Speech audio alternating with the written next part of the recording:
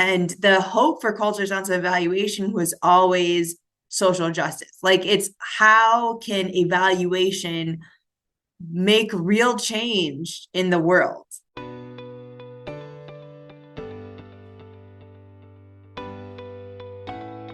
Welcome to The Measure. I am your host, Leon Andrews, President and CEO of Equal Measure. At Equal Measure, we help foundations, nonprofits, and public entities advance social justice through learning, measurement, evaluation, strategy, and communications. On The Measure, you'll hear conversations with leaders and practitioners about their social change work and how to support more equitable communities through centering racial equity and transforming systems. Today, I am excited to be joined by Dr. Dominica McBride. She is the founder of Become, an organization focused on movement building and community transforming work. Thanks for having me. I am so excited for our conversation and would like to get started first with more of a personal question. We usually start our conversations in that way at Equal Measure because in doing this work, we believe in really understanding that personal context of understanding how we show up in the world, who we are as we think about transforming systems. And I know context is central to the work at Become and in how you contextualize this in your new book, in Becoming Changemakers, as you talk about the journey of your grandfather in Haiti, 1937. So I would love for you to share with our audience your background and how you think about context and culture and how that influences and continues to influence your life's journey. I feel like I come from a line of warriors. I'm very proud of my cultural history and lineage. You mentioned my grandpa. So he grew up in Haiti, and he grew up to lead the military of Haiti. And he was basically second to the president before Duvalier in Haiti. And he one of the things that he's most proud of is leading the rescue mission of the Parsley Massacre. And so there's the president of the Dominican Republic basically put a hit on the Haitians who were on the side of the Dominican Republic on the border between Dominican Republic and Haiti. And they would ask the people who are on the border to say parsley because that's the only way they could distinguish who was Dominican and who was Haitian. And when they would say parsley the Haitian way, they would be killed. And so my grandpa led the rescue mission. And when Duvalier was trying to come into power, he threatened my family. Eventually, that led to my family coming to the United States. And so my mom, her three sisters, my grandma were all part of the family. And eventually they came over to the United States. And my mom, my grandma, and grandpa, and they ended up in Michigan, of all places. I was one of a handful of kids of color in this town, and just experienced very different elements and aspects of people, of psychology, of community. In some ways, I was supported and welcomed and embraced and had really strong community around me. And in other ways, I experienced blatant racism and humiliation, throughout my childhood. And so I became very passionate about creating strong, close-knit communities to heal the effects of discrimination, of racism, of prejudice, of the ills that we experience. And so that eventually led me to become a psychologist and start Become. Thank you for taking a moment on reflecting on your journey and how that led you to Become and the Become Center. And in your book, you also credit the late Dr. Stafford Hood, who is both a friend and mentor to both of us, has been over the years, who was the forerunner for the cultural responsive equitable evaluation CREA for his mentorship towards you.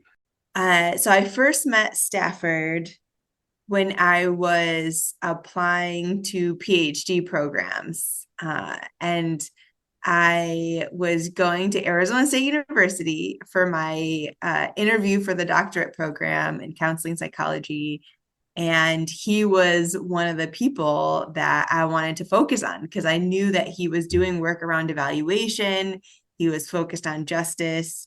And I had read about his work before in doing culturally responsive education, in mathematics, culturally responsive assessment. And I always remember that after the interview, I was on the way back home, and I was in a hotel lobby, and I get this call, and I answer the phone, and it's Stafford, and he tells me, no matter where you choose to go, like do what's right for you. Like I'll be here to support you. Do what's right for you. And that call alone just said so much about him, who he was, who his soul is, and uh, that really paved the way to the principles and a lot of the building blocks of Become.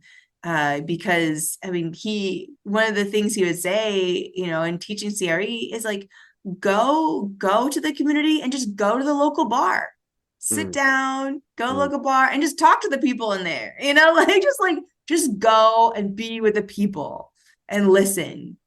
Yeah, I just enjoy listening to you as you talk about that journey that you've had in your own journey and the shoulders we all stand on, right? A lot of this work that you also were naming is the commitment to what I think is so much, very much tied to the work that is to your work with Become and to the framework that you guys are, I don't know if you call it a framework, but the culturally responsive community transformation that is tied to your what you describe in the book.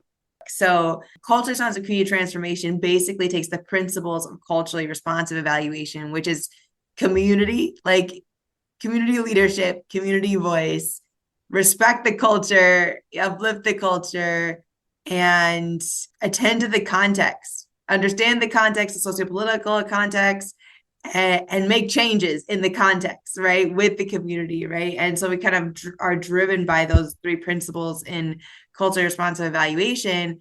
And the hope for culture responsive evaluation was always social justice. Like, it's how can evaluation make real change in the world, right? Like, how does this data get back to the community so they can actually like own it and make changes, in their communities and in their conditions, and right. And so in taking these principles, we applied it to the neighborhood, right? So not just like working with an organization, but how do we create change and transformation in a neighborhood where people are living in the same vicinity together, right? And they're experiencing some of the same things because of the conditions around them, right? And they can work together, like that, this kind of like latent collective or potential collective power to tap into to truly transform things for thousands of people like that are like right there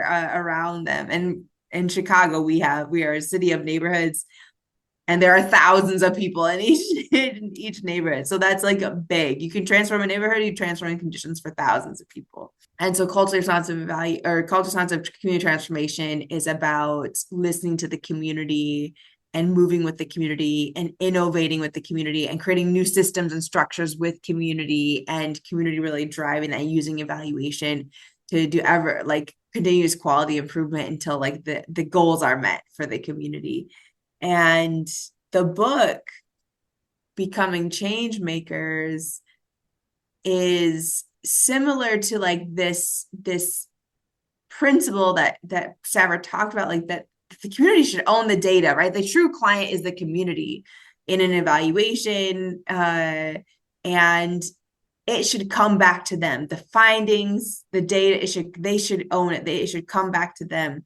And so we did 3 different evaluations with three different groups at different times, with the Chicago Foundation for Women working on community-driven philanthropy, with Cultivate, which is a program, a leadership program for women of color advocates and organizers, and Public Allies, which does leadership development for young people to go into nonprofit leadership, community leadership towards social justice, but they wanted to know their impact on women in particular. And when we did a meta-analysis of those three projects, we saw themes cutting across those projects. And so they were uplifting some of these big lessons learned around the necessity of healing, the importance of relationships, the integrality of intersectionality, and the exploration of power and stepping into power. And so those were like the four big themes that came from it. And so we have these 13 women who are part of this, these different programs, who shared their stories around their lessons learned in these big four areas, these four thematic areas. Given your background as a community psychologist, wondering if you could share, as you in your book talk about healing and wholeness, any examples, kind of specific, concrete examples, maybe from one or two of the women that you've learned about collective healing. What does that look like? Like, how can we pursue it? Michelle Morales, she leads the Woods Fund currently, and she has such a powerful story in her journey. During the pandemic, she learned that she had cancer, had breast cancer, and it forced her to have to take time away from work for her recovery, her physical healing, and recovery and treatment. And during that time when she was off of work, right? Because work can be so consuming, right? Mentally, physically, emotionally, and sometimes we can lose ourselves in our work. And so she was forced to step away from work for that time. And in that time, she started to really tap into her healing journey, her emotional, spiritual, psychological healing journey. And she tapped into deep reflection, into journeying and healing with others, like a coach. She saw things about herself that she hadn't seen before, and all of these realizations started to like feed into her own leadership and the way that she was with her team, and the way that she was as a leader in her organization. And that, while that's like an individual path, it still taps into the collective, right? On her journey, she journeyed with, she journeyed with another person that was also supporting her. And then her team was affected, and then her team grew with her, right? And so to be able to like have that layered approach to growth helps in the healing journey. And what I mean by layered approach to growth, it's when we grow and we heal, others around us can also grow and heal in different ways, because we end up being different with them. And when we're different with them, they are also different with us, and then also can be different with others, right? It's like this ripple effect that happens. Yeah, I love that. Yeah. Wonder if you wanted to share with our audience, like for you, all that's been poured into you, what keeps you going and what gives you hope? I talked about culture responsive community transformation and how it's related to listening to the community as for like the first phase of it. And we talked to 150 people in Auburn Gresham, which is a South Side community here in Chicago. And we talked to them about their hopes and dreams for their lives and their communities, their pain points, in their lives, and what they see in community. And the last question that we posed to them was, what is your wildest dream for yourself? And a lot of people answered that by saying that they wanted to help their community. Wow.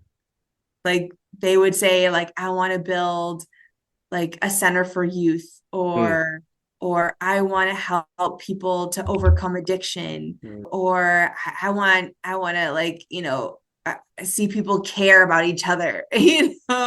Like, it was just amazing, mm, the altruism that people had, and then the love that they had for other people and for their community.